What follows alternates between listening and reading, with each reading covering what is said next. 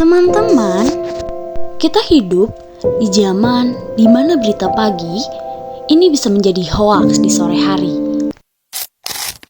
Rencana gempa yang terjadi di Lebak ternyata dimanfaatkan sebagian orang untuk menyebarkan berita bohong daripada hoax atau dengan informasi COVID-19. Kita akan ke kasus pertama pemirsa. Kominfo jadi mengangkat pemberitaan yang beredar di media sosial itu. Berita hoax tentunya dapat merugikan dan menggemparkan masyarakat. Berita hoax seperti televisi dan radio masih menjadi pilihan masyarakat untuk mengonfirmasi berita-berita. Sekarang, bayangkan sebuah ucapan yang disampaikan 1400 tahun yang lalu melintasi ribuan kilometer, melewati puluhan generasi, tanpa rekaman suara, tanpa video digital. Bagaimana mungkin kita bisa yakin 100% kalau itu benar-benar ucapan Rasulullah Shallallahu Alaihi Wasallam? Rahasianya bukan pada satu orang, tapi pada sistem jaringan. Inilah yang disebut hadis mutawatir. Secara definisi, mutawatir berasal dari kata tawatur, yang berarti beriringan. Sedangkan secara istilah, hadis mutawatir adalah hadis yang diriwayatkan oleh banyak perawi, sehingga mustahil untuk mereka bersepakat untuk berdusta. Sebuah hadis baru bisa disebut mutawatir kalau lolos 4 syarat ini. Yang pertama, diriwayatkan oleh banyak perawi. Yang kedua, konsistensi, yang dimana jumlah yang banyak ini ada di setiap tingkatan sanad.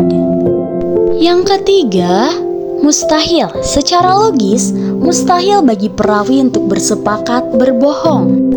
Yang keempat, sumber.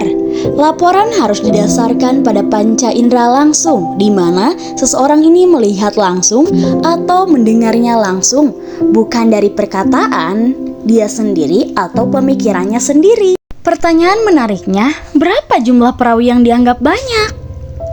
Bisa kita lihat beberapa pandangan mengenai jumlah perawi. Ada yang menyebutkan 4, 5, 10, bahkan 40 orang di setiap tingkatnya. Tetapi, menurut ulama-ulama besar seperti Imam Sayuti dan Ibnu Hajar, bukan terletak pada angka pastinya, tetapi apakah jumlah perawi tersebut sudah menghasilkan keyakinan mutlak yang mustahil untuk direkayasa. Selanjutnya, jenis-jenis mutawatir. Yang pertama, mutawatir lafzi, yang artinya verbal. Jadi, kata per kata redaksinya sama persis di semua jalur riwayat. Yang kedua, mutawatir maknawi atau konseptual, di mana redaksi dan kalimatnya bisa berbeda, tapi makna dan konsepnya sama. Selanjutnya, contoh hadis lafzi. Ini hadis berisi larangan keras bagi siapa saja yang berdusta atas nama Nabi. Dan hadis ini diriwayatkan dengan redaksi yang hampir sama persis oleh banyak perawi. Hadis ini diriwayatkan oleh 70 sahabat Nabi yang bisa saja bertambah setiap generasinya. Jadi bisa kita bayangkan seberapa kokoh hadis ini. Contoh yang kedua, manawi. Ada puluhan cerita berbeda saat Nabi berdoa, tetapi semuanya menyebut Nabi mengangkat tangan.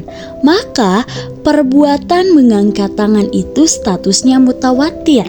Jadi kesimpulannya, ketika kita mendengar hadis mutawatir hari ini, kita tidak sedang mendengar dongeng.